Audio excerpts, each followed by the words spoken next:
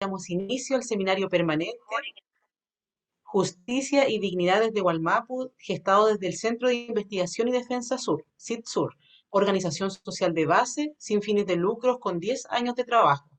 Mi nombre es Rayenda Saba Pilquinao, abogada y miembro de CIDSUR, y quien hoy guiará el presente seminario. Les doy la bienvenida a esta instancia que tiene como objetivo el plantear la discusión sobre la defensa, entendida no solamente desde el punto de vista jurídico, sino que con una mirada interdisciplinaria, crítica y reflexiva, entendida no solo, bueno, y en torno a la justicia y criminalización. También buscamos nutrir y entregar insumos basados en estas reflexiones, conversaciones, ideas y testimonios que aquí surjan a la importante labor que está realizando hoy en día la Convención Constitucional, del cual es parte la también abogada de CITSUR, Natividad Yanquileo, quien integra específicamente la Comisión sobre Sistemas de Justicia, órganos autónomos de control y reforma constitucional. La dinámica del presente seminario es de la siguiente forma. Cada invitado expondrá por un tiempo de 20 minutos para luego pasar a una ronda de preguntas. Y pedimos por favor a los asistentes, y las asistentes que no se exceda cada pregunta de 2 minutos, que será respondida cada pregunta por quien corresponda. Hacemos presente también que la sesión será grabada, bueno, ya está ahí en grabación, pero esto no se está transmitiendo en línea, sino que luego será editado y subido a las redes sociales. Así que quienes participen, por favor, si hacen alguna pregunta o comentario y no quieran aparecer en las redes, les solicitamos que se sientan con total libertad de avisarnos para nosotros editar el video y que no salgan en las redes sociales. La idea es que puedan hablar con toda la comodidad necesaria, plantear sus puntos de vista sin restricciones y que aquí se dé un diálogo sin ninguna restricción. Así es. Desde ya les dejamos invitados al siguiente seminario que se va a realizar en 2 semanas más y que difundiremos por nuestras redes sociales y nuestra web. Bueno, y antes de comenzar, no podemos dejar de mencionar que hoy día 25 de noviembre se conmemora el Día Internacional por la Eliminación de la Violencia en contra de la Mujer, y estamos en un contexto bastante difícil electoral en Chile, en el que nuevamente, por una candidatura en específica, vemos amenazados nuestros derechos, ya que esta candidatura busca la instalación de un proyecto país en el que se nos excluye a las mujeres, se nos excluye a las minorías, ya sea disidencias sexuales, indígenas, nos oprime e intenta retroceder en los logros alcanzados hasta el día de hoy, hasta relegarnos a una posición de subordinación y menoscabo y que nunca se ha visto en estas últimas décadas, o se ha visto, pero no tan, tan evidente como busca esta candidatura. Por lo que como organización de derechos humanos nos mostramos en alerta por esta nueva arremetida del totalitarismo y llamamos a las mujeres de todos los territorios también a estar alerta y accionar para impedir este avance del fascismo. También apelamos a que toda consideración al derecho propio incorpore debidamente los derechos de las mujeres y también de los grupos vulnerables para así evidenciar y observar los principios del buen vivir y que estos también sean aplicables. Pues bien, en este primer encuentro y volviendo ya al tema del seminario, llamado Pluralismo Jurídico en Colombia y Derecho Propio en Gualmapu, tenemos como nuestros distinguidos invitados a Esther Sánchez Botero y a don Rosamel Villamán Reinao. Bueno, primero la señora Esther Sánchez Botero, ella es antropóloga de la Universidad de los Andes, doctora en Derecho de la Universidad de Ámsterdam, experta en materia de pluralismo jurídico en América Latina y trabaja en la construcción de entendimiento intercultural e interlegal. Y bueno, como ya señalé, también junto a ella expondrá el antropólogo y académico de la Universidad Católica de Temuco, don Rosabel Millamán Reinado, expresidente del Colegio de Antropólogos de Chile, dirigente comunitario y organizacional mapuche. Ya, entonces vamos al seminario, primero comenzando con doña Esther Sánchez Botero. Muchas gracias. Perdón, un minuto.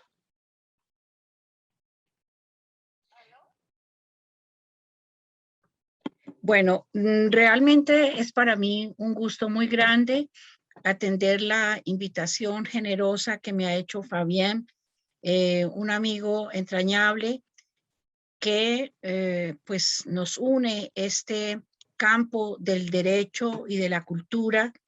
Es un gusto para mí también, Rayen, escuchar tus palabras particularmente en el día de hoy, y también encontrarme con Rosamel, un amigo maravilloso, que a pesar de que hemos compartido presencialmente pocas veces, pues basta escucharlo y conocerlo para realmente sentir que hay unos grandes, digamos, conocimientos, y que esos grandes conocimientos se ven siempre dirigidos a generar pues cambios a favor de los pueblos indígenas, no solo de su país, sino quizás de toda nuestra América. Veo muchos amigos y amigas que me llenan el corazón de alegría.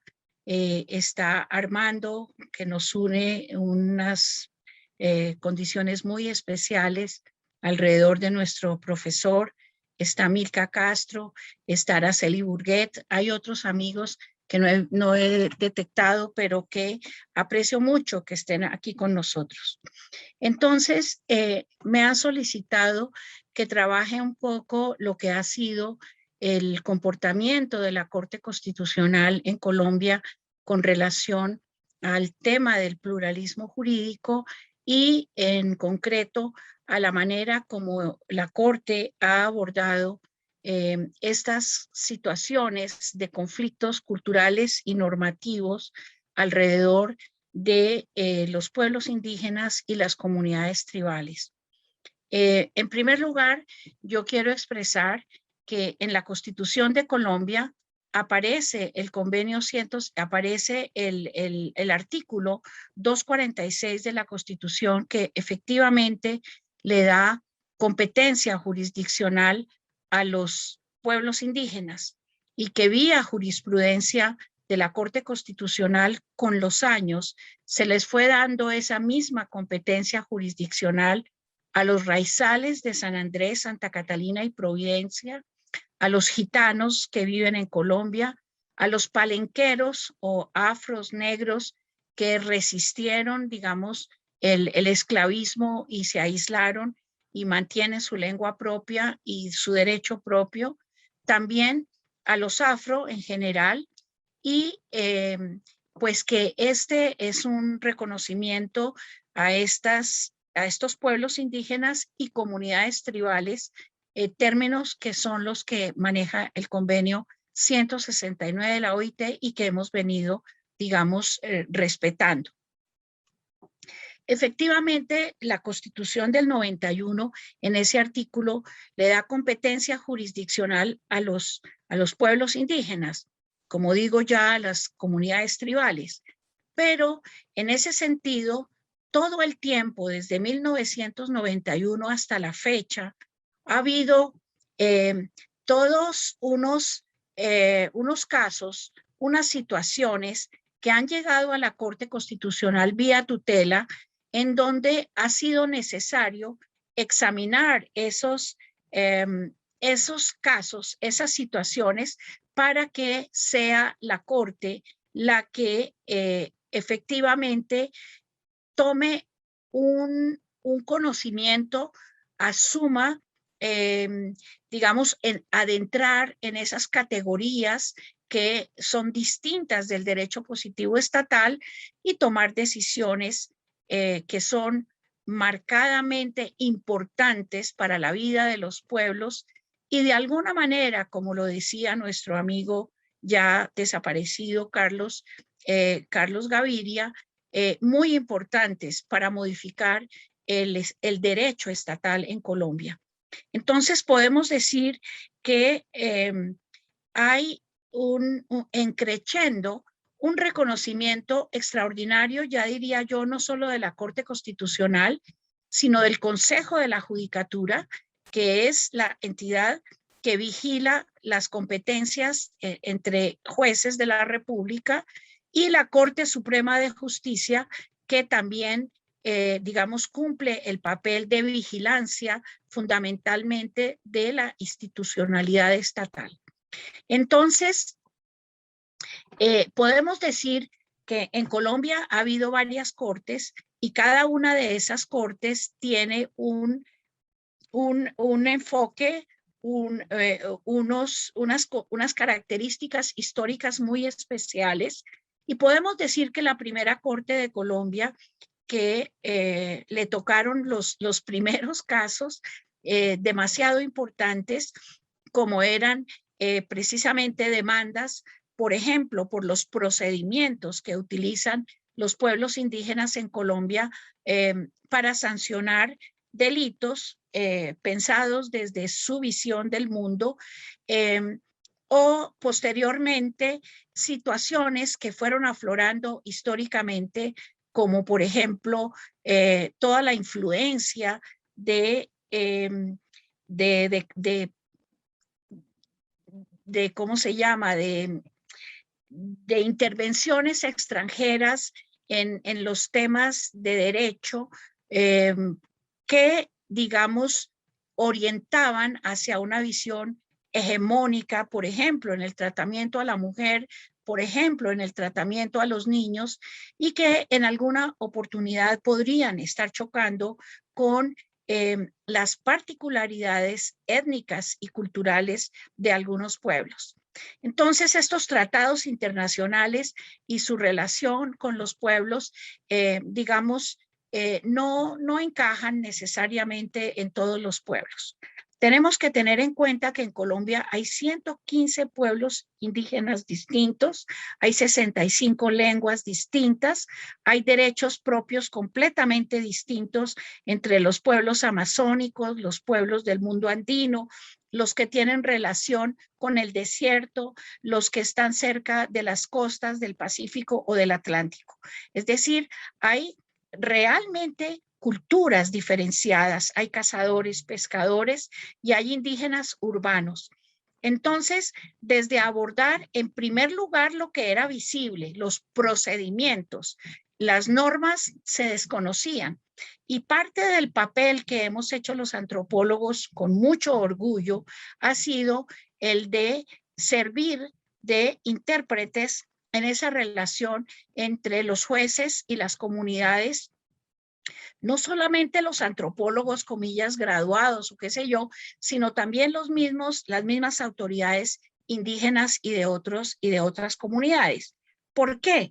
Porque las señales, lo que se ve, no está mostrando de ninguna manera los referentes cognitivos, los referentes de cultura que podrían explicar lo que esas actuaciones o esas señales que efectivamente se ven están realmente, digamos, significando.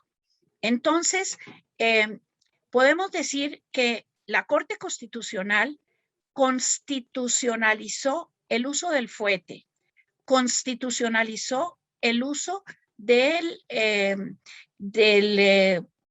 ahorita se me acaba de olvidar, el uso de la ortiga, por ejemplo, constitucionalizó también la expulsión de miembros de sus comunidades contraventores para sacarlos dentro de sus comunidades.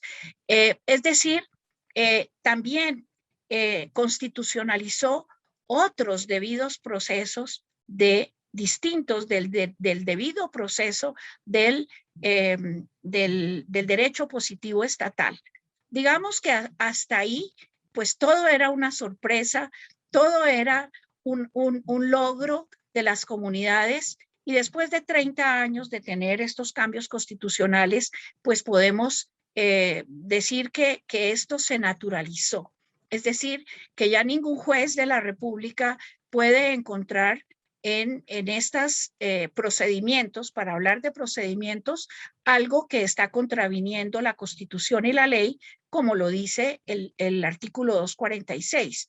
Pero por otro lado, muchos de ellos, ya mayores quizás por tantos años de su ejercicio profesional, entienden las razones culturales de la diferencia que hay entre un fuete dado a un indígena transgresor, de los fuetazos que una madre le da a un muchachito o un hombre le pega a su mujer, etcétera, como hay, en términos de Wittgenstein, un juego de lenguaje distinto.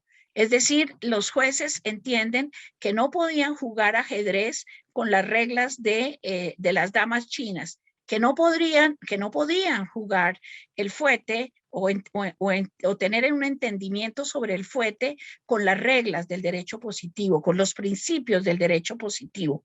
Entonces, digamos, esto es lo primero que nos sucede a nosotros en la primera corte, que nos marca de una manera bastante significativa y que representa para los pueblos indígenas pues un reconocimiento a esa diversidad étnica y cultural que la Constitución preveía que debía darse en Colombia. Un paso del monismo, un paso de la sociedad monocultural a una sociedad multicultural y pluriétnica desde el punto de vista general, pero con la particularidad en este caso por el tema que estamos abordando, a un pluralismo jurídico. Pero los hallazgos y las posibilidades pues no se quedaron en esos primeros quizás 8 o 10 años de la Corte, sino que fueron avanzando. Y es muy interesante encontrar, como lo acabamos de publicar en un trabajo que hicimos también con Rosamel, con nuestras amigas mexicanas, maravilloso, y que está publicado en Avia Yala, podemos ver cómo las cortes, estos jueces han llegado al entendimiento, digamos, de la defensa de la autonomía de los pueblos, al punto que la Corte Suprema de Justicia, en un caso particular, pero abrió la posibilidad a que los pueblos indígenas, en este caso, pudieran conocer, juzgar y sancionar narcotráfico. Es decir, ahí sí ya la alegría que nos trae ese respeto por la diversidad es enorme. Pero efectivamente también la Corte, en una segunda Corte, que es precisamente la de Carlos Gaviria, que desafortunadamente murió, es la de que también hay límites que los pueblos indígenas tienen y que sus expresiones de diversidad, pero que están asentadas en su derecho propio, pues no necesariamente o no son aceptadas en Colombia. Entonces, la Corte definió unos mínimos jurídicos para demostrar que esa visión diversa que se expresa, por ejemplo, en la posibilidad de eliminar a un sujeto transgresor, no prima sobre el derecho a la diversidad. Entonces, el derecho a la vida prima sobre el derecho a la diversidad, por ejemplo, de eliminar a brujos, como el caso de los NASA en Colombia, o de eliminar a los gemelos, como el caso de los UWA en Boyacá y en otras partes de Colombia.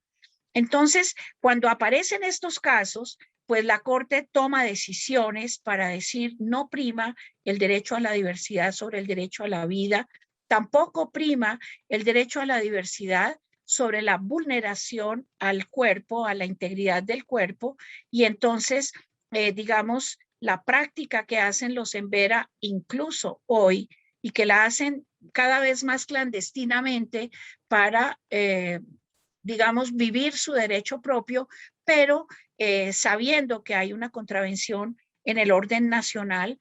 Entonces, el corte de clítoris que se da a las niñas, pues está prohibido como parte de la protección de la integridad del cuerpo frente al derecho a la diversidad.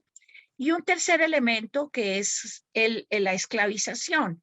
Algunos pueblos indígenas, particularmente uno, esclavizaba a otro pueblo indígena y hay evidencias de ello. Entonces la Corte plantea que hay unos mínimos jurídicos que por vía de los derechos propios y digamos de las expresiones de lo diverso no priman sobre el derecho a estos tres elementos, a la vida, a la integridad del cuerpo, a la libertad y por el otro lado, al debido proceso. Entonces, Gaviria expresa que por mandato constitucional los pueblos indígenas tienen que tener en su derecho propio un debido proceso, el que sea.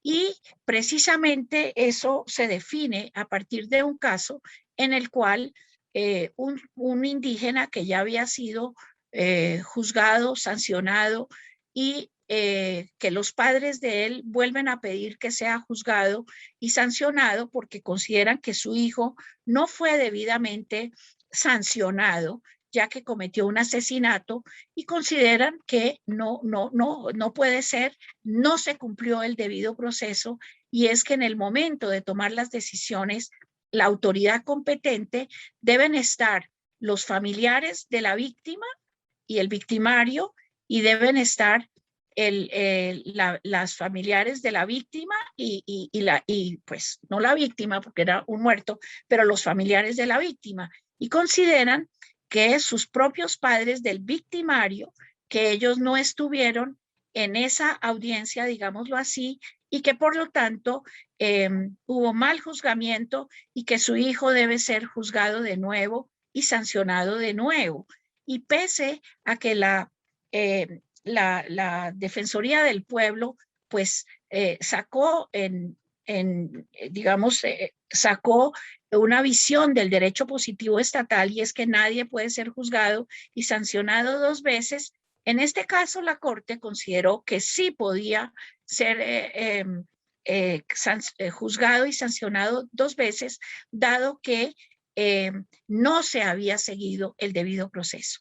Entonces, pues puedo expresar que hay 400 sentencias de tutela que muestran esta lucha entre los sujetos diversos étnica y culturalmente y su afán por un reconocimiento a su condición de sujetos distintos, de sujetos colectivos distintos. Y la Corte ha venido abriéndose hacia esas, digamos, hacia esas posibilidades. Aparecen unos temas complejos como todo el tema de que tiene que ver, como inicié mi charla al comienzo, diciendo estos convenios internacionales que son globales y que buscan aterrizar en nuestros territorios, en nuestras comunidades, y que pueden ser vistos desde una visión cultural muy loables, pero podemos verlos críticamente desde una visión antropológica que precisamente parte de, del reconocimiento de lo diverso y adicionalmente que ese reconocimiento de lo diverso está constitucionalmente protegido, no solo por la Constitución de Colombia, sino por el bloque de constitucionalidad que configura también con el Convenio 169 de la OIT y con, digamos, todo lo que tiene que ver contra el racismo y la exclusión. Entonces, estas visiones muy globalizadas con las que empezamos, Rayen, tu presentación de igualdad de la mujer, de interés superior del niño, entre otros, para citar estas dos realidades, pues tienen sus efectos dentro de los pueblos y allí hay un punto de mira muy delicado de tomar. Yo he conversado estos asuntos con muchas amigas y amigos y particularmente con mis amigas mexicanas y digamos tenemos diferencias. Yo no tengo ni mucho menos la última palabra, pero yo sí defiendo que hay una concepción de género que es cultural. Hay también una relación de desigualdad o de opresión que también es cultural. Hay una condición de minoría de edad que también es cultural. Hay una concepción de niño, de niña, de mil cosas que son culturales. Entonces, tenemos que mirar cómo estas convenciones internacionales que parecieran muy apreciables y muy dignas para todas las sociedades, hasta dónde pues contravienen estos principios de protección de la diversidad étnica y cultural. Entonces, creo que hay aquí pues unos puntos que en general quisiera como expresar para, digamos, mostrar cómo viene siendo esta situación. Las sentencias de la Corte, que entre otras he publicado en un libro sobre peritaje antropológico, he publicado muchas de las decisiones que ha tomado la Corte que son, digamos, emblemáticas, como por ejemplo que el derecho laboral nacional, de, el derecho estatal, pues contraviene en ocasiones esas concepciones de, en un pueblo, de prestar servicios y colaboraciones, como el caso NASA, de un caso en el que tuvimos oportunidad de participar, en donde pues la ley del derecho laboral no aplica. Por otro lado, digamos, hay unas sentencias que son de control de constitucionalidad que muestran pues cómo se vulnera el derecho a la participación de los pueblos indígenas y tribales en Colombia, eliminando todos los procesos de participación que conducen a todos estos fenómenos que conocemos en relación a la explotación de hidrocarburos, de minerales, a la construcción de vías, etcétera, etcétera. En conclusión, para poder no abusar del tiempo de todos, creo que a la Corte le hemos logrado llegar no solamente con casos, no solamente con peritajes, sino con contenidos, llamémoslo antropológicos, contenidos filosóficos, contenidos que los jueces tienen que conocer para poder entender aquello que es diverso. Y entonces nos hemos valido, por ejemplo, de todas las lógicas no clásicas para entender lo que significa mundos reales y mundos posibles. Mundos reales en donde el fuete, que es un elemento para convertir a un sujeto en otro, que entre en otro estado, que es pasar de la oscuridad a la claridad, de un sujeto que es tocado por el agua fría para poder tomar conciencia de que ha sido, digamos, ha cometido un delito que ha llevado, digamos, a la desesperación de otro sujeto, el uso del agua fría. Entonces son categorías que provienen de la filosofía, de la lógica matemática y que ayudan al entendimiento de la condición cultural de un caso. Y sabemos que la cultura no se ve. La cultura tiene que ser descifrada como es descifrada una enfermedad. La enfermedad está ahí, pero es el médico que hace pruebas para saber si se tratan esas ronchas rojas de una indigestión o si es una sarampión o de qué se trata o si es algo más grave. El antropólogo lo que hace es interpretar señales de realidades que no se ven. Todos vemos señales, pero el antropólogo está entrenado para descifrar esas señales y incrustarlas o verlas representadas en el marco de una cultura. Entonces, pues con mucho orgullo puedo decir que ha habido una alianza entre antropólogos, entre autoridades de los pueblos indígenas y de las comunidades tribales que están formados también para conocer su cultura, lo cual podría no necesariamente ser. Uno puede vivir su cultura como puede vivir una enfermedad sin saber lo que le está pasando. Entonces, la Corte hoy pide peritajes a personas como soy yo, pero también pide peritajes a los indígenas, a las organizaciones indígenas, a los raizales, a los gitanos, etcétera, en función de conocer su mirada sobre unos hechos. Obviamente, y acordándonos aquí, mi querido y muy especial compañero de nuestro gran maestro Andrés Jukema, la Corte ha tomado decisiones que pueden definirse bajo la visión de un pluralismo jurídico de tipo igualitario, donde ese debido proceso de los Embera es igual al debido proceso del derecho positivo, es decir, la estructura de ese sentido podemos validarlo como igual. Y entonces el sistema carcelario en nuestro sistema, para sancionar a una persona, podemos pensar que el uso de ese cepo trae una corrección al sujeto transgresor, y lo vemos en el marco de un pluralismo jurídico de tipo igualitario.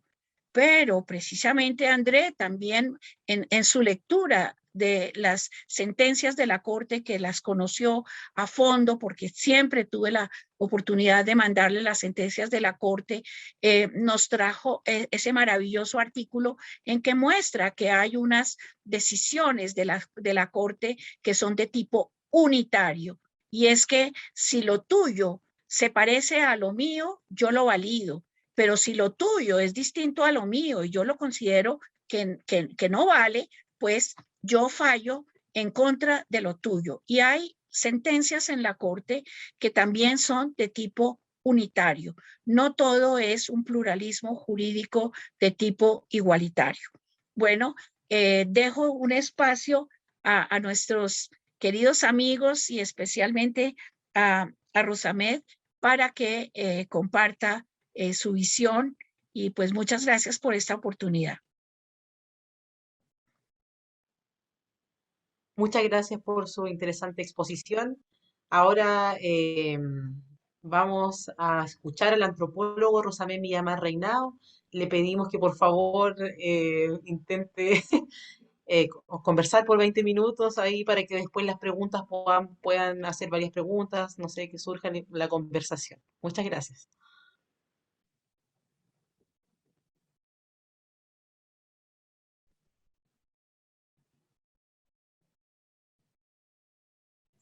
Ah, a ver, el micrófono mutado. A ver. Apagado. Para mí es un tremendo momento porque la mayor parte de ustedes más o menos los conozco y somos amigos, así que es un plano muy interesante. De confianza sobre todo, que los mapuches somos, como otros pueblos indígenas, bastante desconfiados. Y claro, indiscutiblemente hay un escenario muy diferente en Chile respecto a lo que nos relata Esther. Sin embargo, esos logros y conquistas tienen una explicación histórica, ¿no? Una explicación política y una explicación también contextual de la experiencia de cada país. Sobre todo en la formación de los estados, ¿no? Cómo se conformaron estos estados, cómo impusieron el nacionalismo, el monismo, en todo sentido, en lo jurídico, en lo cultural, todo. Chile arrastró a los europeos y los instaló en el territorio. Y no digo, y yo sé que para la audición de afuera, de gente que está en otros países, aquí no se redujo a los alemanes, a los italianos o los árabes. Prácticamente toda Europa está aquí presente en el territorio mapuche. Toda Europa, incluso de los países, digamos, llamados del este, o de los países socialistas que fueron del este. En ese sentido, esta condición y este proceso que se dio entonces va en una dirección, digamos, de uniformizar todo, de patentar todo en un solo modelo de vida. Y no hay ahí discusión.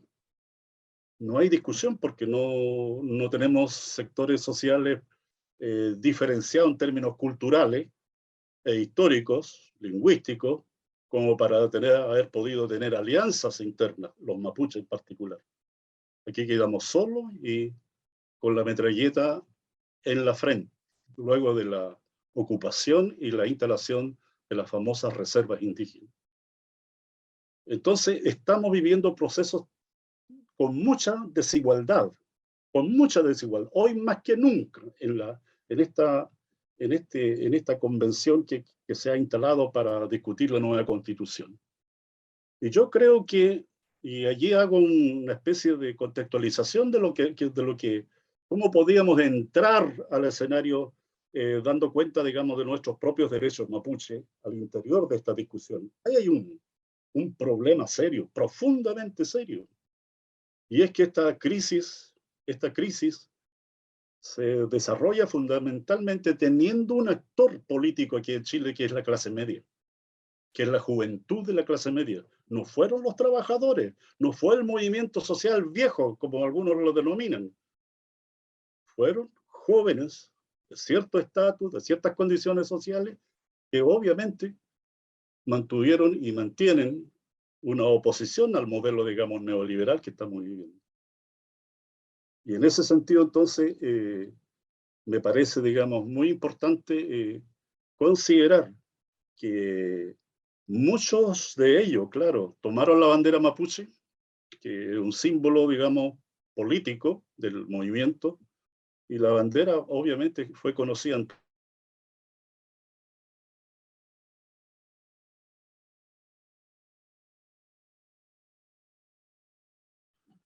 ya, se desconectó un poco. Y esta situación, digamos, configuró una idea de que los mapuches estamos en otro contexto actualmente.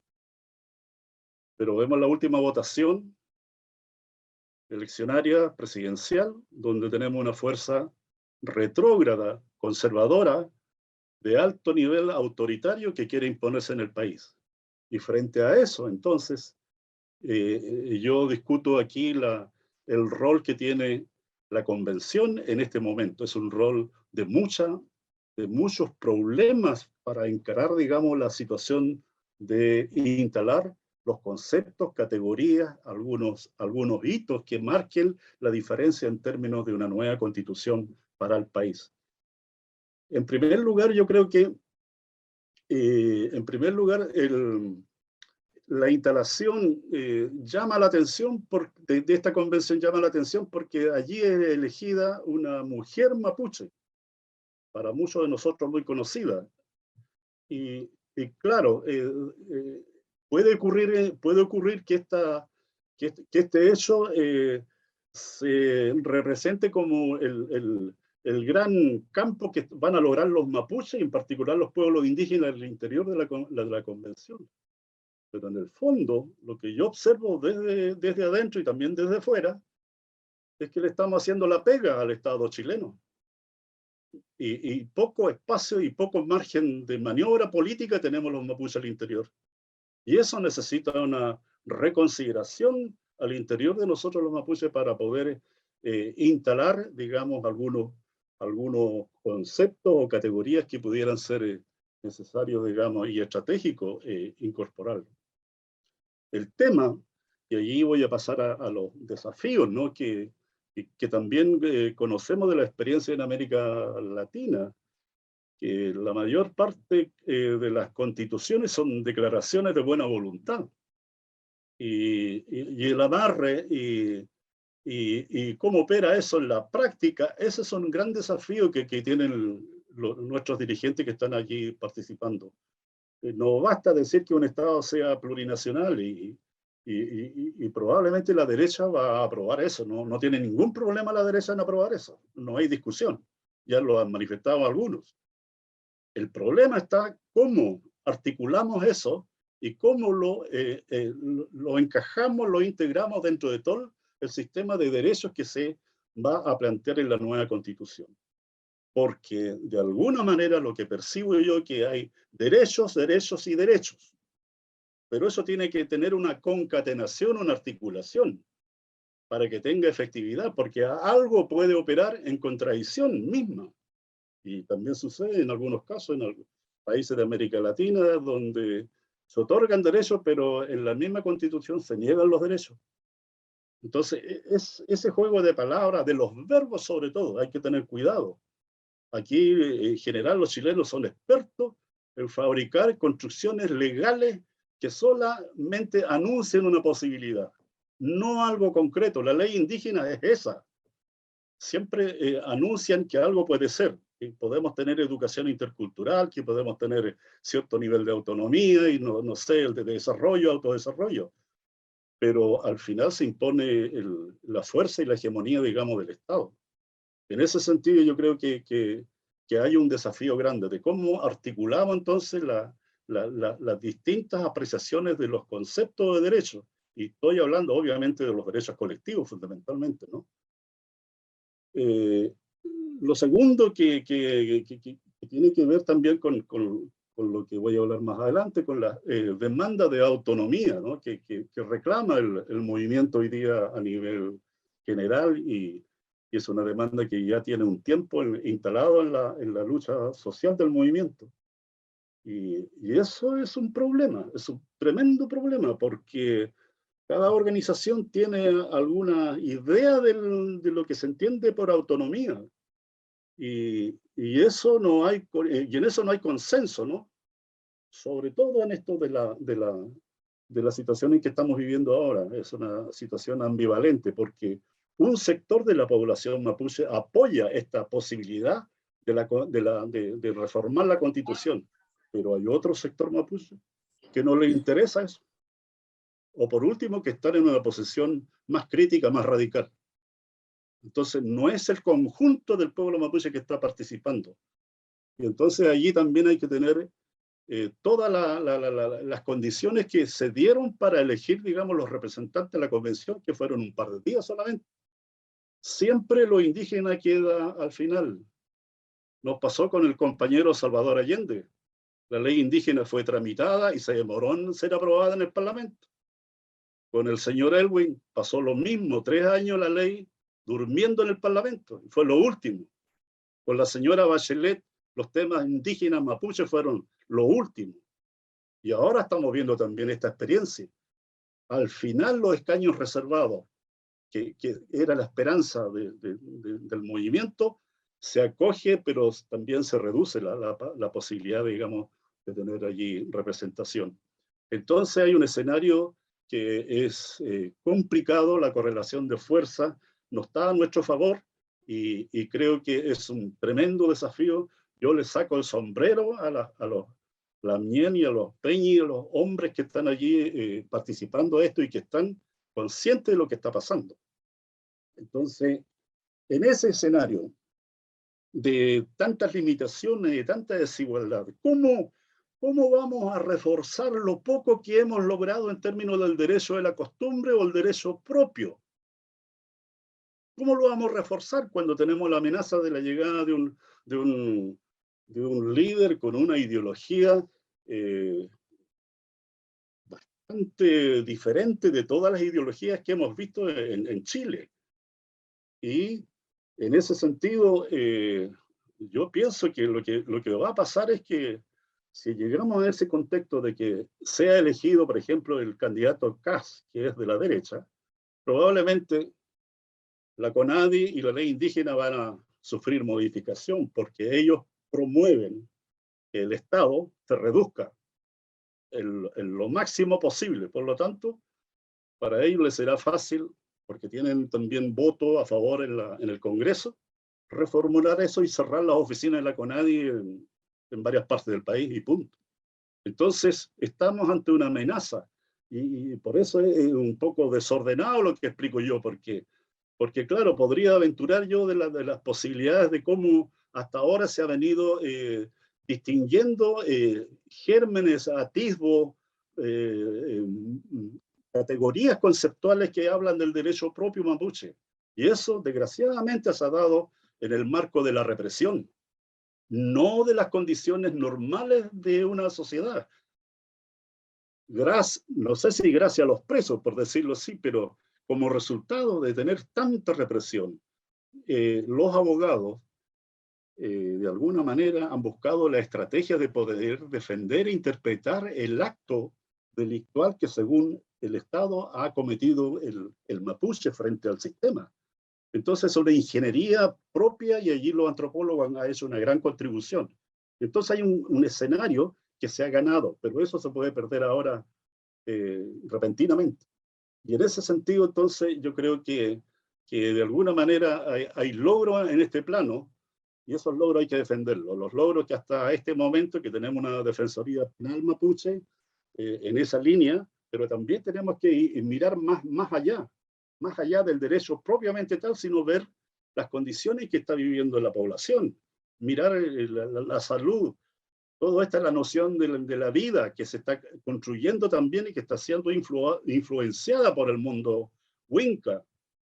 Todo este individualismo que tenemos que llevar a hacer público eso, porque así está la vida en nuestras comunidades. Hay un desmoronamiento de la familia.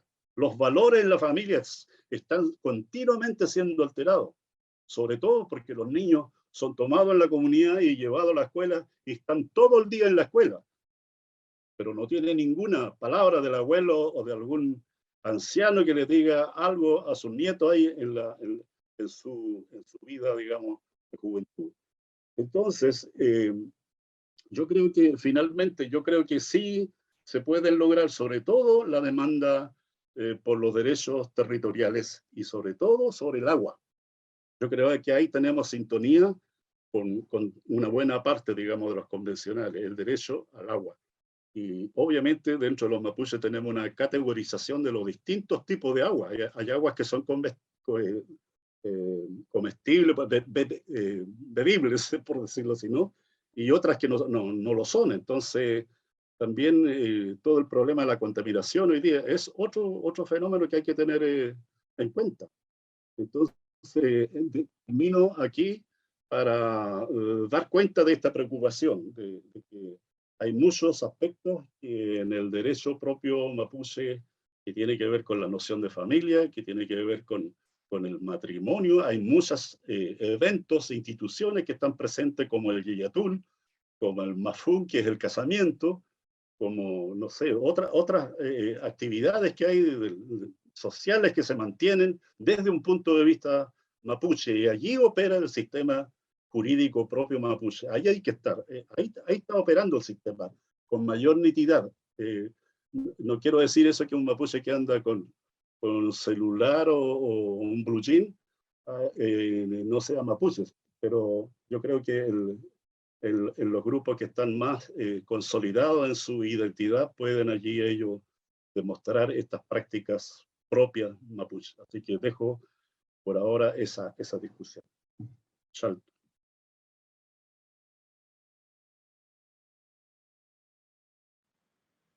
Leí también Chaltumay por su interesante exposición. Ahora vamos a pasar a la ronda de preguntas, así que vayan, bueno, ahí abajo dice reacción, levantando las manos para quien quisiera hacer alguna pregunta a los expositores. Y les solicitamos desde ya que las preguntas tienen un tiempo de 2 minutos, por favor, para que no se excedan en el tiempo.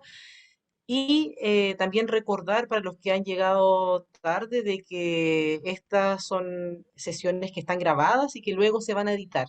Así que si alguien desea solicitar que no quiera aparecer en redes sociales, que por favor nos avise, se sienta con toda la libertad de avisarnos para poder después sacarlo del video.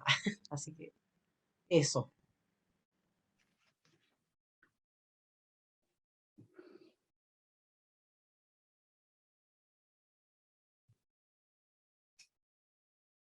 Voy a aprovechar del silencio para tomar la palabra, para motivar las y los demás que están participando.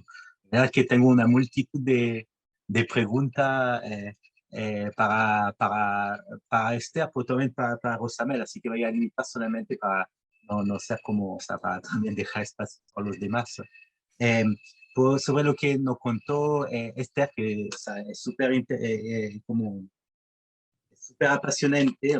Yo, bueno, hablando como Nien Ruca, decía como entre comillas uno de los dueños de casa, como Sidsur, que estamos preocupados de la unidad de estudio en particular, que estamos preocupados con otros grupos de personas de Sidsur con el trabajo que se está haciendo de la constituyente en esta comisión de sistema de justicia.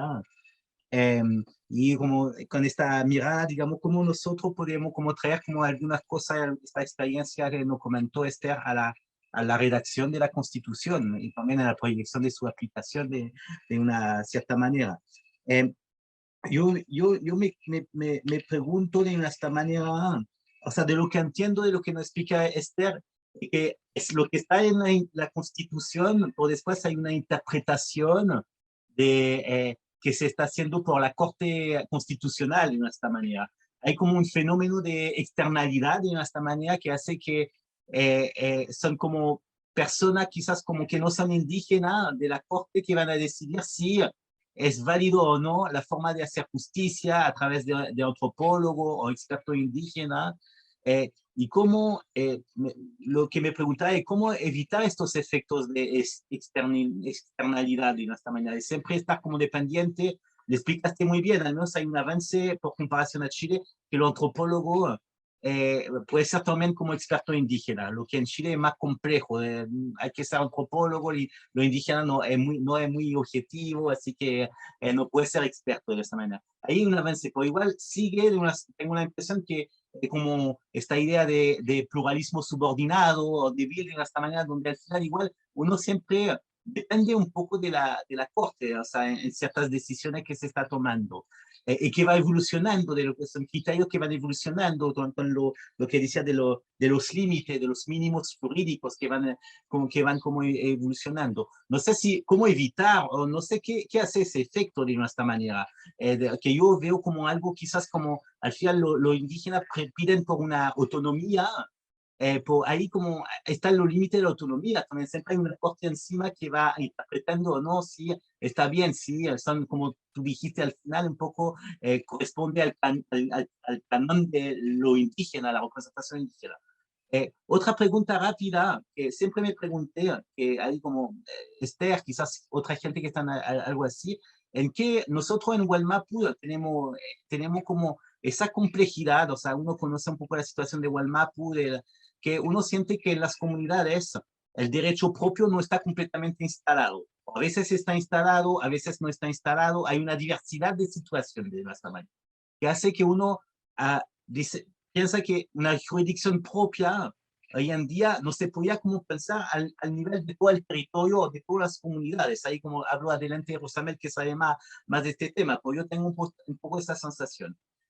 Me pregunto si a instalar como esta jurisdicción, este reconocimiento de esta jurisdicción propia, si no hay posibilidad de esta manera de incentivar o a la reactivación o a la reinvención, no sé qué término usar, porque el reconocimiento de la jurisdicción propia podría como ayudar, digamos, a que la gente se vuelva a hacer como justicia comunitaria, justicia indígena, o inventan sus sistemas si han perdido de esta manera o reinventan de esta manera. No sé si me entiende, y yo me pregunto si en Colombia no ha pasado eso con algunos pueblos. Si cuando se hizo la Constitución de 91, todos los pueblos, los 191, no, 115 pueblos indígenas tenían claro lo que era su sistema de jurisdicción propia, todo eso, o si no, uno en el camino, a ver que se le reconocía, ha logrado, digamos, a fortalecer, a darle como algo de creación también a estos sistemas. Y bueno, la pregunta va también por Rosamel de esta manera. A mí me gustaría que Rosamel me diga cómo él ve, cómo proyecta en Wallmapu la posibilidad de tener en la Constitución un cierto reconocimiento de la jurisdicción propia en ese territorio. Que sea ASMAPU otra cosa, o sea, siempre hablamos de ASMAPU, pero puede ser que haya otras cosas también. Ahí como...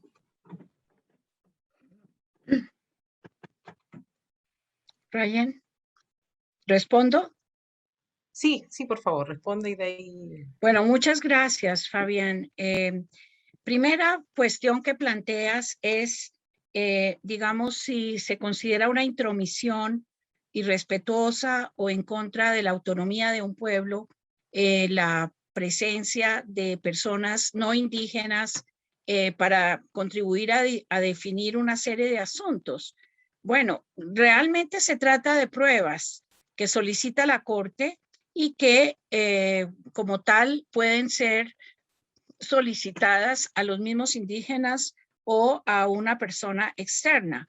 Lo importante es que sea una persona competente, según la Corte, para responder a esas inquietudes que la Corte tiene. Y yo creo que es importante que haya una participación interdisciplinaria que contribuya a la Corte. Y yo creo que eso ha sido muy importante en Colombia. Es decir, los abogados están formados en unos campos y no tienen por qué saber otra serie de campos. Y la Corte utiliza peritajes para 1000 cosas. Entonces, es valioso en mi concepto este planteamiento. A manera de chiste, pero es verdad, en una oportunidad yo llegué a Asuntos Indígenas y la directora de Asuntos Indígenas, que era una aruaca, les dijo a otros indígenas que estaban allí muy jóvenes, les dijo, miren, esta es la doctora Esther, es una persona que nos ayuda mucho, etcétera. Ella hace los peritajes a la Corte, no sé qué. Y una jovencita de 20 años dijo, ay, doctora, pues le quiero decir que a los antropólogos se les va a acabar el reinado, porque ahora los peritajes los vamos a hacer nosotros. Entonces, yo con cierta sorna le dije, bueno, mira, lo único que pido es que si usted, por el derecho a la autonomía, vamos a hacer los peritajes nosotros. Yo le dije, mira, lo único que te recomiendo es que si por autonomía una persona indígena requiere una operación de corazón abierto, por autonomía no lo operen ustedes, sino que más bien pidan la operación a un médico experto, conocedor del tema. Esto lo planteo porque realmente es un papel que se juega importante. Y quiero plantear algo. El peritaje en Colombia es gratuito. Entonces, lo que hacemos los antropólogos es, mejor dicho, un trabajo voluntario de verdad muy generoso, porque hay peritajes que implican ir a campo y la Corte no paga por esos trabajos. Pero es tan importante lo que uno aprende en una prueba de estas, que pues feliz de poderlo hacer y de contribuir en algo. El segundo aspecto que tú mencionas, Fabián, es si los pueblos indígenas, en el momento en que la Constitución les confiere una jurisdicción especial, estaban todos preparados para eso, y no. El proceso civilizatorio en Colombia ha sido tremendo, y Rosamed, ha sido tremendo, y podemos hacer un pulso a ver cuál ha sido más, digamos, impactado por el proceso civilizatorio. Entonces, hay pueblos en Colombia que perdieron la lengua, la religión, el derecho propio, todo lo perdieron, excepto una cosa, su idea de ser un pueblo con identidad diferenciada. Hay varios pueblos en Colombia que practican la religión católica, etcétera, etcétera. Pero en el momento en que descubren que tener una jurisdicción es un derecho, empiezan, como lo dijiste tú, a inventar derecho. Y hay un libro de la Procuraduría que gentilmente me publicaron en el que yo muestro cómo salieron a inventar derecho. Y ese, entre otras, y lo aprendí de Raquel Irigoyen, hay un derecho que es el de autodisposición, que es a crear derecho. Entonces, los indígenas han venido creando derecho. En el momento en que en la vida, por ejemplo, en nuestras fronteras con otros países, no podían ellos tratar a sus niños que eran hijos de una mujer del otro lado, una agua, no de Colombia, sino de Ecuador, y entonces no podían actuar con competencia jurisdiccional sobre la familia de Ecuador, etcétera. Pues empezaron a inventar y a generar unas normas que permitieran, digamos, tratar esos casos. Y entonces cada pueblo, y por circunstancias y por contextos culturales muy distintos, pues ha inventado derecho. Y como dice nuestros también mexicanistas valiosos, digamos, la cultura no es lo que viene de no sé cuántos años atrás, y la cultura no se clona, es también lo apropiado, es también lo impuesto. Entonces, estos pueblos tienen de lo tradicional, como lo podríamos denominar nosotros, y sí hay cosas que podríamos llamar tradicionales, pero hay otras que les fueron impuestas por el Estado y hay otras que les fueron y que ellos apropiaron. Ellos han apropiado jurisprudencia de Guatemala, jurisprudencia de México, de Perú, de no sé dónde. Han apropiado también, digamos, española.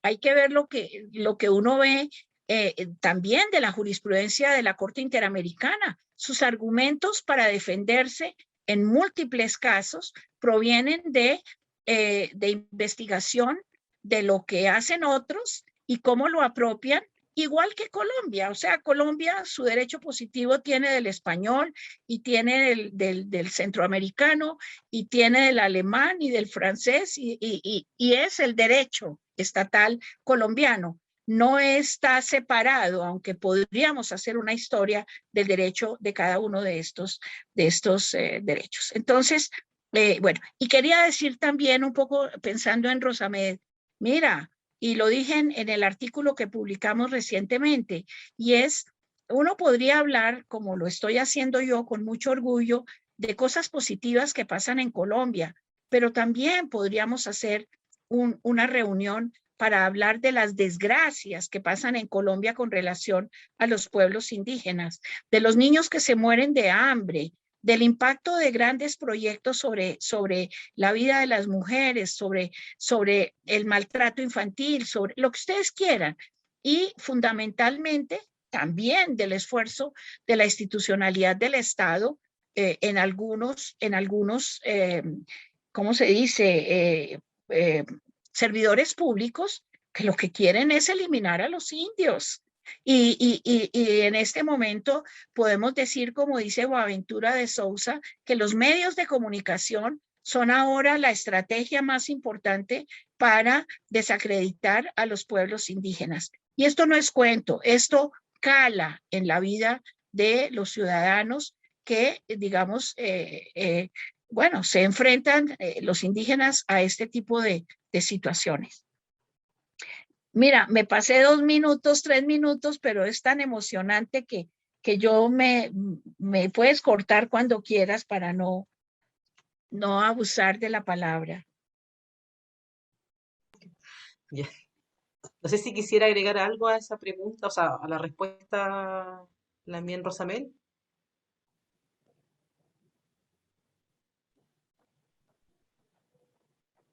Está con mute.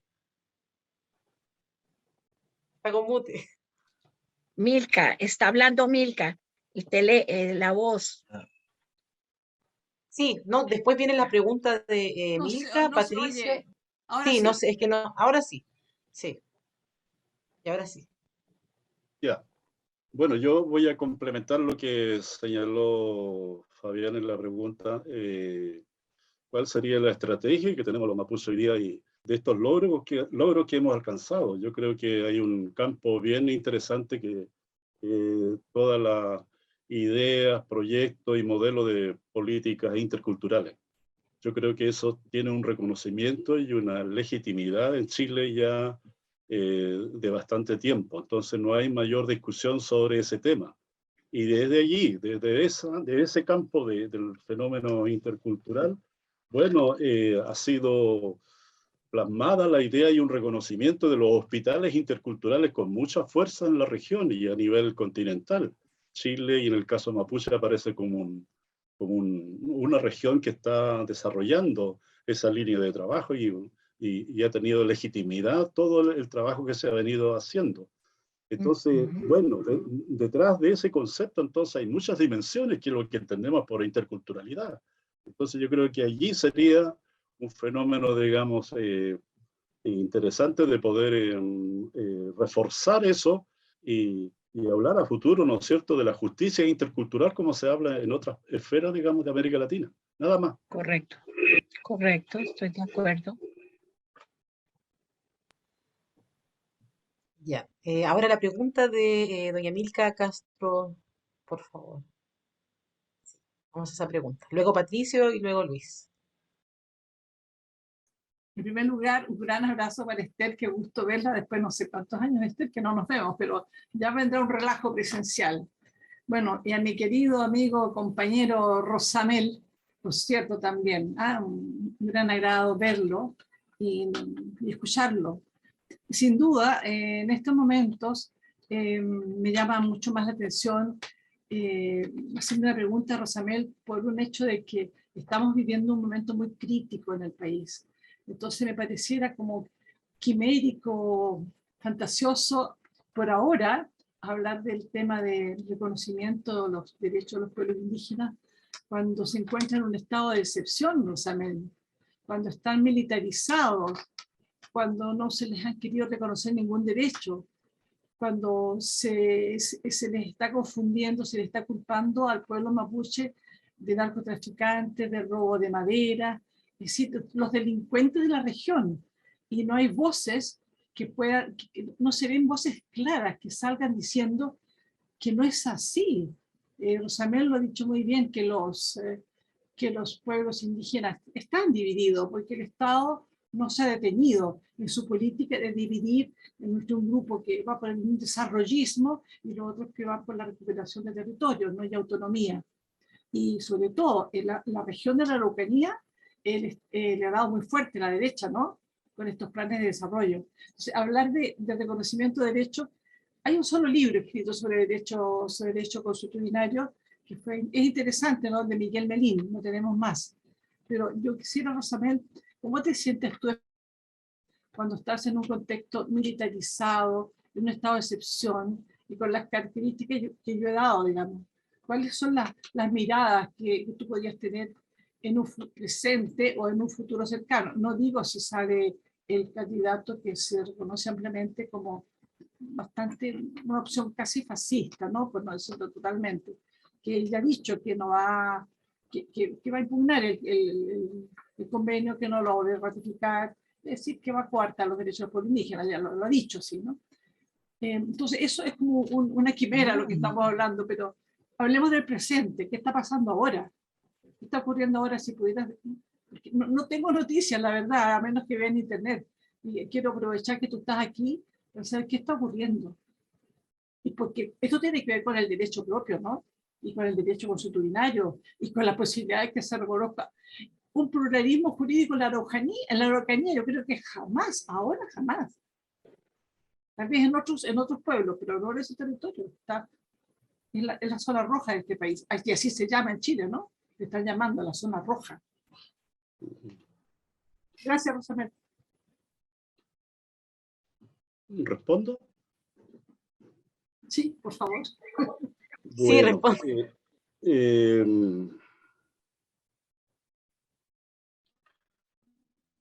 bueno, estamos en un escenario sumamente complejo, todos los mapuches y sobre todo lo que estamos en la región viviendo, y ver los militares en la noche que hacen un recorrido sobre los contornos de las comunidades, provocando el miedo que ellos quieren instalar en la región, o reproducir el miedo que ya lo instalaron con la dictadura militar de Pinochet.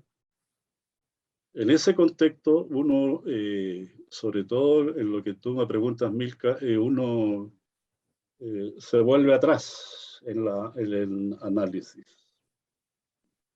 Y uno dice, bueno, entre los propios mapuches distorsionamos nuestra propia realidad.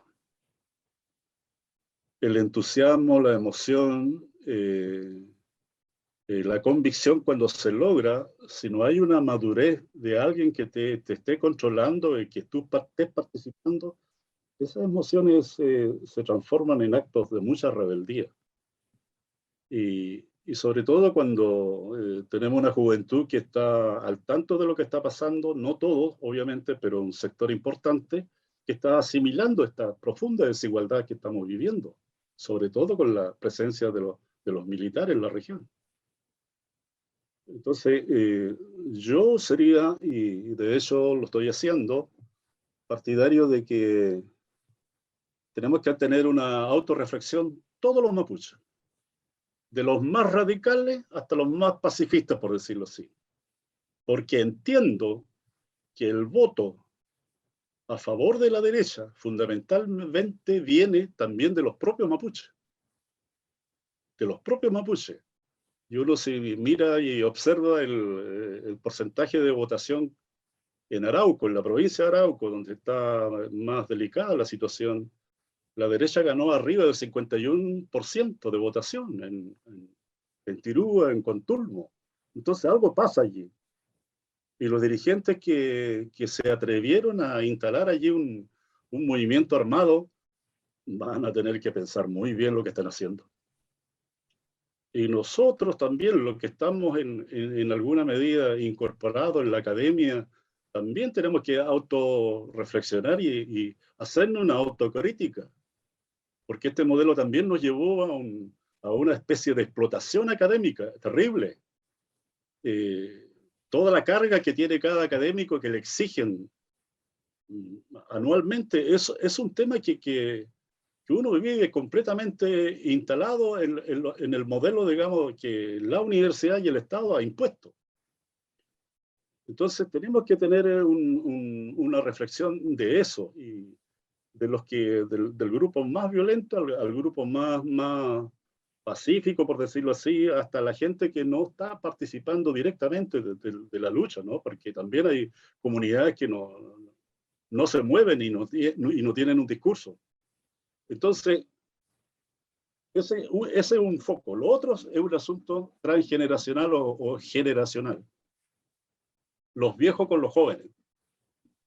Y ese es un punto crítico que tenemos en varias comunidades, ¿no? Que ya la juventud se nos va, digamos, de nuestras manos, y los viejos quedamos instalados en los rincones, digamos. Y esa percepción necesita también revisarse la relación, porque esto de la instalación de comunidades por parte de la ley indígena actual ha instalado allí también el modelo del individualismo y de la jerarquía de ser un presidente, un secretario y un tesorero, ¿no? Que no tiene nada que ver con lo indígena. Entonces es un autoanálisis, autocrítico, porque también eso se olvidó. Yo soy de la vieja guardia, y en mis tiempos era la autocrítica de todos los días. Porque una hora si uno le critica a algún dirigente mapuche ya te trata de enemigo. Entonces no está esa responsabilidad, no está esa madurez, no está esa conciencia que teníamos antes los viejos, cuando éramos jóvenes, de respetar, por ejemplo, a las autoridades que hay en cada movimiento social. Eso se ha perdido. Y no digo que con eso se va a resolver el asunto, pero por lo menos tiene que haber un diálogo allí más fraterno, más directo y concreto. Eso es, bueno, se pueden decir muchas cosas, pero quedo hasta allí. Gracias. Muchas gracias, Rosamel. Interesante. Y muchas gracias también. Ahora la pregunta, por favor, de Patricio Espinosa. Ok, sí, se escucha, ¿cierto? Sí. Sí, se escucha. Perfecto. Bueno, muy buenas tardes a todos y a todas. Agradezco muchísimo las ponencias, ¿ya? Yo tengo dos preguntas, una para cada expositor. Voy a partir con Esther. Quisiera saber, Esther, lo siguiente. Bueno, Elizabeth Povinelli es una antropóloga estadounidense que hizo un trabajo de campo, ¿cierto?, de varios años en Australia, con los aborígenes de Australia. Y Elizabeth Povinelli, como resultado de sus reflexiones, propuso un concepto súper interesante para describir la forma a través de la cual el Estado liberal, en este caso el Estado australiano, otorga concesiones jurídicas a los aborígenes, ¿verdad? Este concepto es el de asterisco invisible. Y el asterisco invisible básicamente es un concepto que nos invita a ver un límite moral entre aquello que es moralmente aceptado y aquello que es moralmente rechazado. En su presentación usted describió con muchísima claridad, ¿verdad?, esta idea del asterisco invisible, es decir, hasta qué límite vamos a generar una concesión de derechos a los pueblos indígenas y cuál es el límite que no se permite, ¿verdad? Entonces hay una claridad muy precisa en aquello, en la experiencia colombiana. Entonces, ¿cuál es la consecuencia que se deriva? Es que cada vez que el Estado liberal, en este caso, otorga concesiones a los pueblos indígenas, de alguna manera está arrastrando consigo la memoria normativa del conflicto. ¿Ah? Entonces, pero esta memoria normativa y este arrastre, ¿verdad? Es digamos, muy eficaz, con una eficacia simbólica mayor, porque se trata de una concesión a nivel jurídico. ¿Ah? Entonces, quisiera saber de qué manera usted puede observar esta subordinación que se rearticula en esta relación entre el Estado colombiano y la concesión de derechos a los pueblos indígenas. Y para el profesor Rosamel, a quien aprovecho de saludar, usted planteó una idea muy relevante hacia el final de su presentación en relación con el concepto de plurinacionalidad. El concepto de plurinacionalidad en el presente, ¿cierto? En nuestra realidad nacional, goza de muy buena salud en la opinión pública y también goza de muy buena salud en la retórica de los constituyentes, ¿ya? Ahora, cuando uno observa la experiencia comparada en Ecuador, ¿cierto? Y en Bolivia, el precio que han debido pagar los pueblos indígenas ha sido relatado como el extractivismo y en algunos casos como el neoextractivismo. Entonces yo me preguntaba, profesor, ¿cuál puede ser desde su punto de vista la dimensión jurídica que podría dar forma a lo que podríamos llamar, por ejemplo, un plurinacionalismo a la chilena, ¿verdad? Una plurinacionalidad que eventualmente permita el despliegue en el Gualmapu del ASMAPU, ¿verdad? Del derecho propio mapuche. Si es posible además. O sea, me gustaría conocer su opinión en relación con eso. Y por último, una pregunta, digamos, anexa, es la siguiente. Adolfo Millabur, en una entrevista que realizó Fernando Pairicán, a él, ¿cierto?, hablaba de que cada logro del pueblo mapuche se puede observar como una corrida de cerco, ¿cierto? Entonces, yo me preguntaba, ¿qué hay al final del cerco? ¿Ah? ¿Qué hay al final del cerco? ¿Hay autonomía, autodeterminación o lisa y llanamente soberanía? ¿Ah? Entonces, una pregunta anexa. ¿Por qué no avanzar hacia el concepto de soberanía, quizás por sobre el de autonomía? ¿Mm? Bueno, esas son mis preguntas. Muchas gracias. Gracias, Patricio. No sé quién, Esther, si quisiera comenzar a responder. Patricio, pues muy interesante tu pregunta y, y el aporte de esta dama australiana no, norteamericana, del asterisco invisible. Bueno, nunca había oído hablar de esto. Espero entender tu pregunta y es, digamos, si estos límites que se colocan desde la institucionalidad estatal hegemónica, digámoslo, están arrastrando las particularidades de los pueblos. Quisiera que me dijeras si esa es el interrogante para yo continuar con mi respuesta. Sí, gracias. Patricio. Me refiero sí, muchas gracias. Me refiero básicamente a la memoria del conflicto, ¿verdad? El conflicto de origen entre el Estado y los pueblos indígenas, ¿ah? Asumiendo que en el marco del derecho, ¿cierto?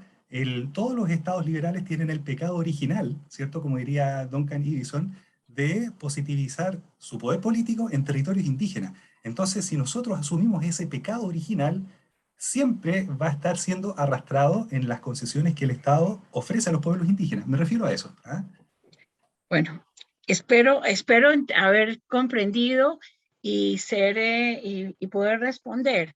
Pero mira, precisamente yo diría que el multiculturalismo, hay varios tipos de multiculturalismo y uno de ellos es precisamente el digamos, el derecho como la cultura o los pueblos como separación. Digamos que es clara en la Corte la decisión de que Colombia se orienta hacia un multiculturalismo donde pueda haber diálogos realmente entre distintas sociedades y culturas y digamos que haya aportes en el sentido que no que no haya una que domine a la otra, pero digamos que sí haya aportes. Entonces, por un lado, yo diría que estos mínimos jurídicos que se plantearon, pues realmente para quienes fuimos relativistas culturales como fui yo, más de 20 años yo trabajé con indígenas presos en todo Colombia y mis argumentos a los jueces antes de la Constitución eran básicamente de comprensión de cómo el brujo existía y cómo lo mataban por razones culturales, por decirlo de alguna manera. Y entonces esto generaba pues muchas cosas, recepción positiva o completamente crítica, pero yo fui relativista cultural 100%, hasta que llegó esta sesión o este planteamiento planteado por Gaviria.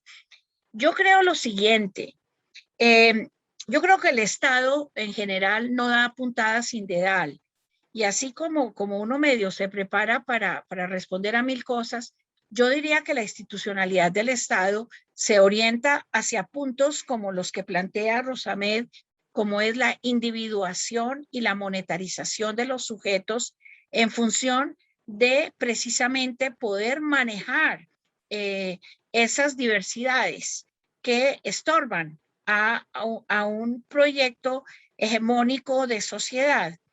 Entonces, todas las actuaciones programáticas, etcétera, que muchas veces pueden ser leídas como pues aspectos positivos, programáticos, etcétera, etcétera, en general están orientados finalmente al mismo proceso, como digo, hegemónico de homogenización y de eliminación de lo distinto. No sé si te contesté, pero esa es mi respuesta. Gracias. Muchas gracias por su respuesta. Ahora la respuesta de Rosamel.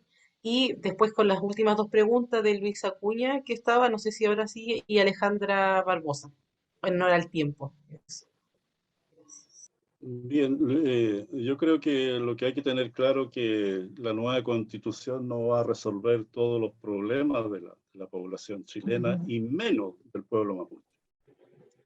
Eso tenemos que tenerlo clarito porque si no nos podemos ilusionar que vamos a tener una constitución que va a ser de carácter plurinacional, intercultural o qué sé yo. Yo creo que algunos logros potencialmente son factibles de alcanzar en este nuevo texto, pero no hay que ser iluso en eso y tener claro de que, como señalaba al principio, que no tenemos toda la fuerza a nuestro favor para redactar una constitución mucho más democratizada, por decirlo así. Y respecto al asunto de lo plurinacional, ¿no? Yo creo que hay bastante discusión en América Latina y en cada sector se entiende de una manera y también conlleva una serie de contradicciones, sobre todo cuando hay pueblos muy diferenciados entre los mismos pueblos indígenas. Y eso es una categoría también que hay que revisarla porque es una categoría que viene del mundo, digamos, del pensamiento político y jurídico. Y eso no necesariamente a veces calza con las pretensiones que tiene el modelo, digamos, propio de los indígenas. Entonces, creo que hace falta revisar también ese concepto de lo plurinacional. Y también, cuando tú señalabas el asunto de la soberanía y también de esa cortina, ¿qué es lo que viene después de todo lo que se está planteando? Yo creo que de alguna manera es más apropiada a veces, pero van aprendiendo en el curso, digamos, del tiempo. Y este aprendizaje que vamos a tener de este proceso actual nos puede servir para fortalecer aquello que nosotros no nos dimos cuenta y que lo tenemos abandonado. Entonces, en esto de inventar cosas, ¿no? Del derecho, puede allí surgir una noción diferente al concepto de soberanía, pero que puede ser más o menos lo mismo, a lo mejor mucho más potente en términos políticos. Porque acuérdate de que cuando comenzó todo el movimiento indígena en Naciones Unidas, el concepto de pueblo fue un concepto muy atacado Claro. por todos los estados nacionales, el concepto de pueblo, hasta que al final se llega a un consenso y una aclaración. ¿Qué significaba eso? Si nosotros instalamos el concepto de soberanía, aquí nos van a dar duro. Aquí nos van a dar duro. Entonces, si el movimiento tiene fuerza, lo puede hacer. No discuto eso, pero el concepto de soberanía ya es como decirle al Estado, mire, aquí estamos nosotros. Aquí tenemos plena jurisdicción en nuestros espacios, en nuestras relaciones sociales. Eso sería lo ideal. Estoy de acuerdo en eso. Es lo que uno podría pensar. Pero las condiciones hoy día no son favorables para eso. No sé si te respondí también. Ya, vale. Pero Bueno, interesante, Rosamed, me parece Sí. interesante tu planteamiento. Mm. Pero de todas maneras, y perdón, interrumpo un momentico, pero yo considero que sí es valioso ponderar, comillas, las fuerzas en función de que se van ganando batallas, como se dice, ¿no? Pero se tiene claro el objetivo, que es ganar en autonomía, ganar en organización, pero ante todo yo diría que ganar en integridad del cuerpo. O sea, cómo no eliminar a mapuches, cómo lograr unificar criterios. La idea que tú tienes de unirse, los que están de un lado, los que están del otro, y tratar de construir un punto común, algo que los una, yo creo que ese debería ser, en mi concepto, un punto de mira estratégico, donde finalmente el medio se convierta en un magnífico elemento para el fin, que es la unión y la fortaleza del pueblo mapuche. Esa sería también mi pequeña aporte a tu magnífica reflexión. muchas gracias por sus respuestas. No sé si todavía está Luis Acuña para que haga él su pregunta que escribió en el chat, pero si estuviera presente, que por favor se conecte. ¿No? Bueno, en el chat señala, me tengo que retirar, pero dejo mi pregunta. ¿Cómo resuelve el derecho colombiano y el derecho comparado la eventual contradicción entre el interés superior del niño que establece la Convención de Derechos del Niño y describe la observación general número 14 del Comité de Derechos del Niño y el interés que exterioriza una comunidad indígena respecto de un niño, niña o adolescente sometido a proceso penal seguido en su contra? Considerando que el interés superior que describe el comité y la convención es claramente occidental, entre comillas. Bueno, realmente mi tesis de doctorado es una tesis, digamos, bastante que reflexiona sobre cómo el interés superior del niño, artículo 44 de nuestra Constitución, no necesariamente prima sobre los derechos propios de los pueblos indígenas. Y hay demasiados ejemplos para ello. Sin embargo, y esta mañana, coincidencialmente, tuve que presentar ante la Secretaría de Derechos Humanos de la Presidencia un trabajo que me encargaron para trabajar unos lineamientos de política para la prevención del reclutamiento, uso, abuso y relaciones sexuales o violaciones sexuales, mejor, a niños, niñas y adolescentes. Y digamos que en esos lineamientos, para generar esa distintividad cultural en estos pueblos donde se presenta este fenómeno atroz con los grupos paramilitares, con los grupos guerrilleros y también con los agentes del Estado, que es un fenómeno que se presenta Entonces, estaba el tema del interés superior, estaba obviamente la idea, primero, desde el punto de vista antropológico, qué es ser niño? ¿Qué es ser niño? La Convención Internacional plantea menores de 18 años. Y hubo, ya no los hay, muchos jóvenes de 18 años que tuvieron relaciones con mujeres de 16 o de 14 y que fueron al médico por alguna circunstancia y los metieron a la cárcel por violadores y les meten 40 años de cárcel.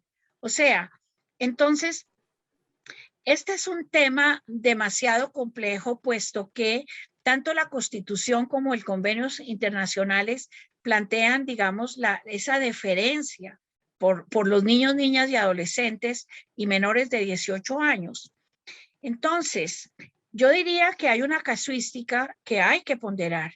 Y de hecho, el Consejo de la Judicatura en Colombia, gracias a la demanda de los indígenas, porque es que yo diría que aquí hay un tema, Rosamel, y los que trabajan con un pueblo indígena, hay una diferencia de fondo, yo diría, en Colombia, y es que los indígenas aquí son muy, muy beligerantes. Aquí están muy comprometidos a luchar por un cambio real y se han organizado con apoyo de solidarios o todo lo que tú quieras, pero es que han sido los indígenas los que se organizaron para que las cosas planteadas en la Constitución funcionaran y argumentan de maneras muy interesantes. Entonces, este tema del interés superior del niño, el Consejo de la Judicatura ha tenido que empezar a ceder que no todo indígena menor de 18 años podría ser un contraventor, por ejemplo, del tema de relaciones sexuales, que es uno de los temas,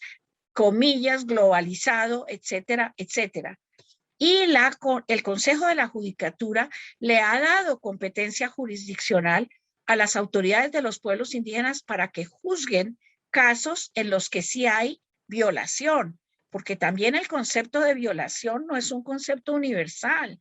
Es decir, se requiere, entre otras cosas, que culturalmente se perciba que es una violación en el sentido de un acto de fuerza, de un acto de violencia, etcétera, y no como sucede en muchas de nuestras comunidades, mujeres de 14 años, 13 años, que tienen senos, que tienen apetito sexual y que se relacionan con sus jóvenes, con el visto bueno de sus familias, etcétera.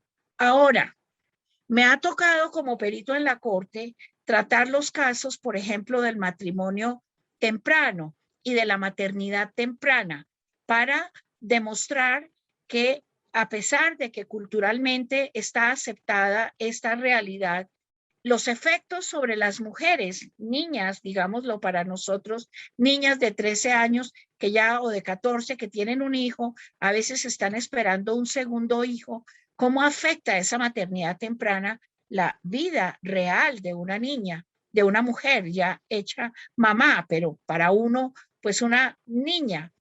Entonces, aquí hay que mirar los casos y hay que luchar porque esa hegemonía de la edad y del menor, pues no cunda de manera que se irrespeten situaciones que podrían ser producto de una diversidad cultural valiosa.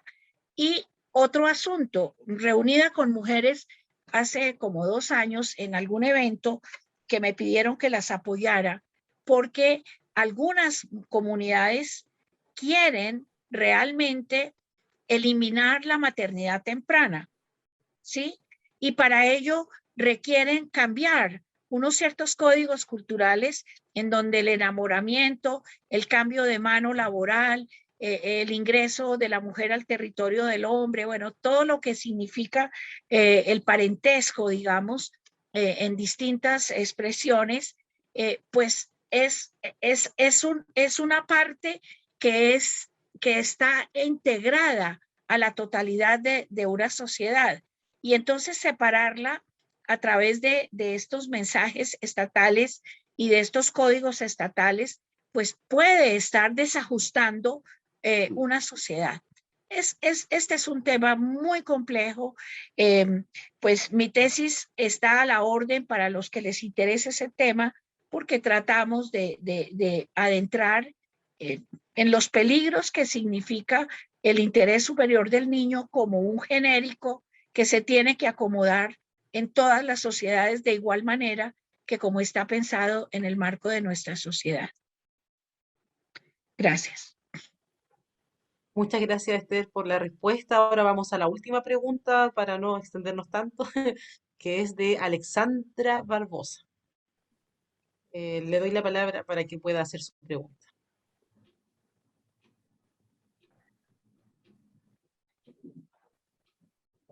Sí, muchísimas gracias por las ponencias. Voy a hablar un poco como un portuñol, pero espero que sea posible comprender.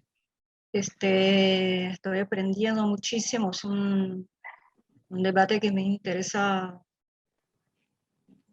mucho, porque, por ejemplo, mi pregunta es especialmente por qué lo que pasó en Colombia, por lo que presentó Esther, igual lo que pasa en Chile, porque lo presentó Rosamel, en Brasil es una cosa todavía que sigue imposible, porque la categoría de autonomía es sinónimo de soberanía. Entonces ni siquiera se pone la posibilidad de que la Corte venga a aceptar una idea de que los pueblos y las comunidades puedan ejercer lo que sin embargo está en la Constitución, que es el derecho de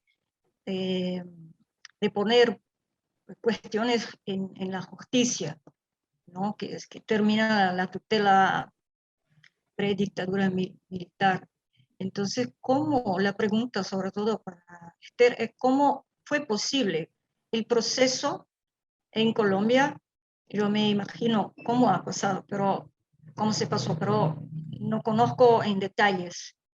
¿Cómo fue posible este proceso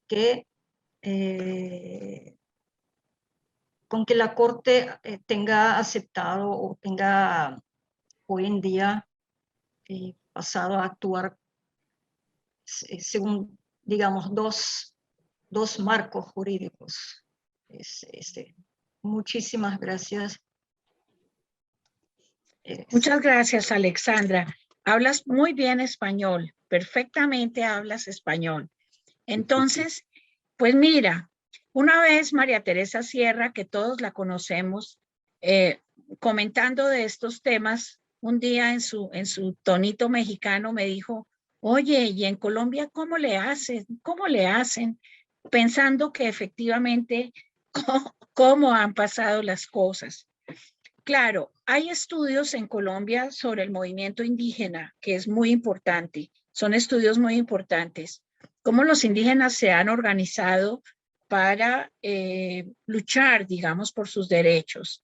Y yo creo que hay unos pueblos mucho más comprometidos con ese deseo y que, digamos, lograron que otros pueblos los acompañaran en ese deseo.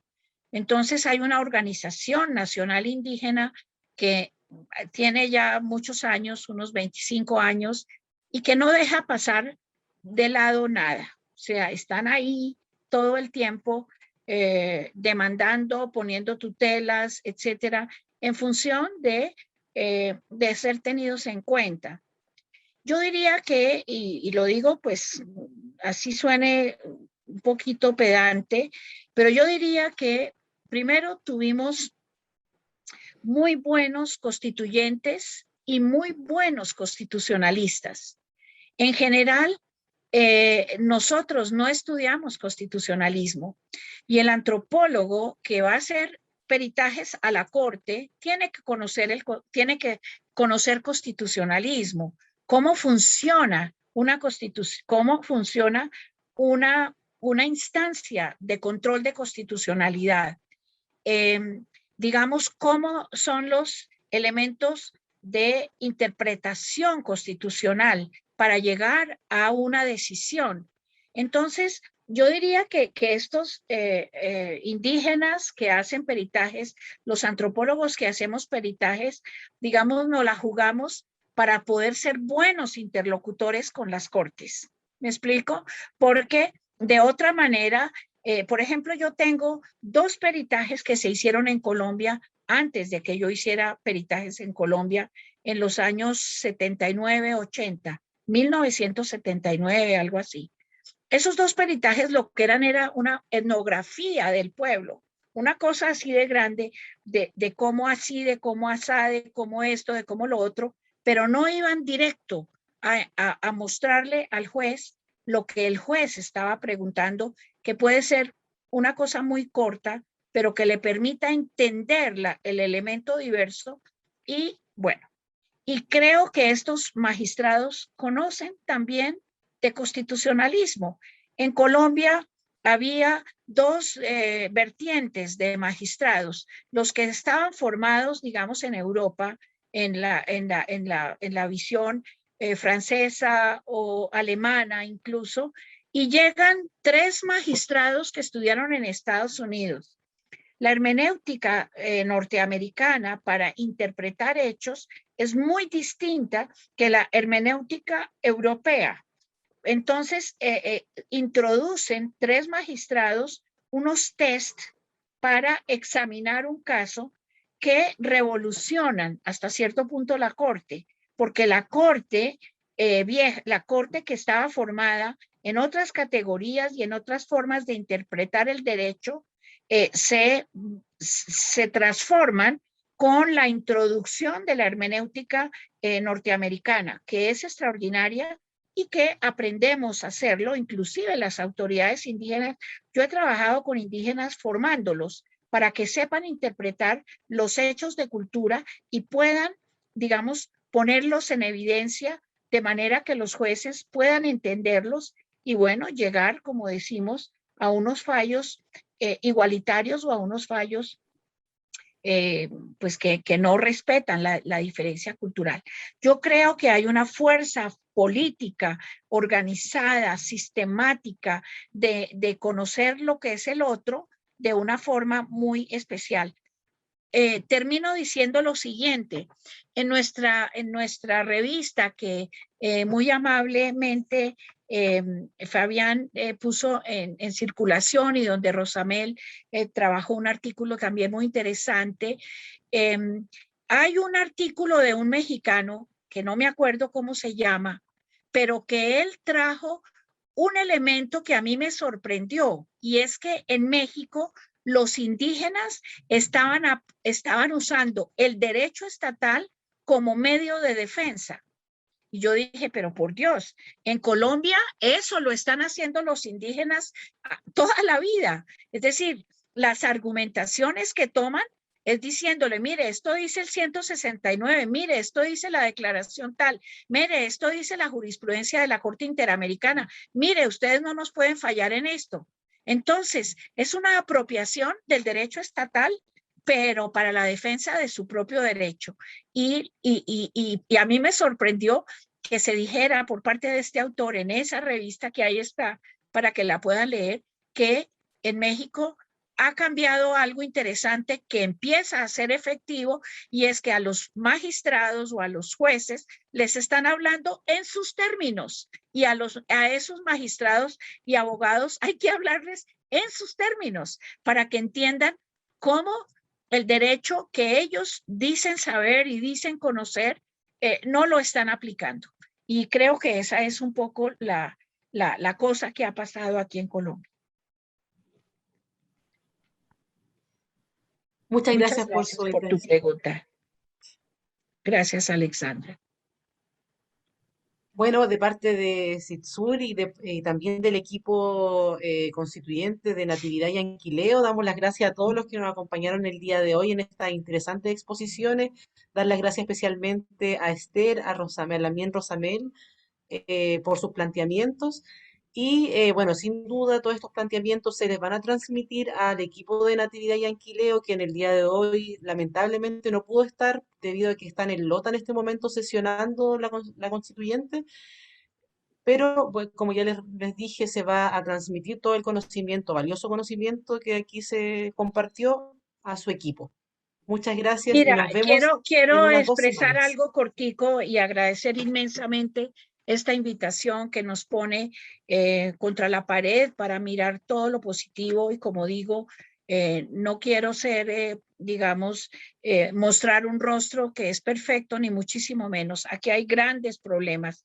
Pero mira, yo fui asesora de la constituyente ecuatoriana y realmente ofrezco mis servicios gratuitos si estas personas pudieran necesitar algún tipo de apoyo para que lo hagamos, o sea, que podamos conversarlo a la hora que quieran, etcétera, etcétera, porque yo sí creo que la experiencia compartida puede dar luces.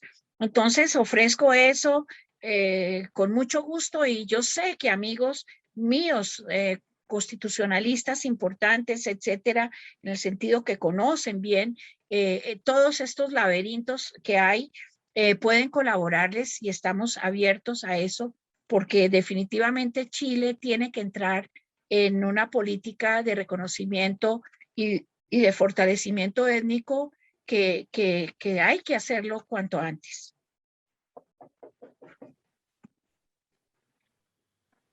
Bueno, Gracias, Chaltumay gracias. Compuché, y también les reiteramos estar atentos que en 2 semanas más vamos a tener otra de estas exposiciones, seminarios, así que estar atentos a nuestra página web y a nuestras redes sociales. Muchas gracias. Muchas gracias. Gracias, Fabián. Gracias, Morita, Alexandra, Rosamel. A Gracias a todos mil todos. Chao, cariños. Morita, Excelente, chao, excelente. Esther. Tenemos que continuar. Gracias por Cuídense, todo a cuídense. todos. Mil gracias. Rosamel, un abrazote. No, nos vemos en Relajo 2022. Claro, claro ¿Verdad? que sí. Sí, pues demás. Allá estaremos. Chao, Un chao. abrazo grande. Chaltumay. Gracias. Que estén bien. Salto, salto.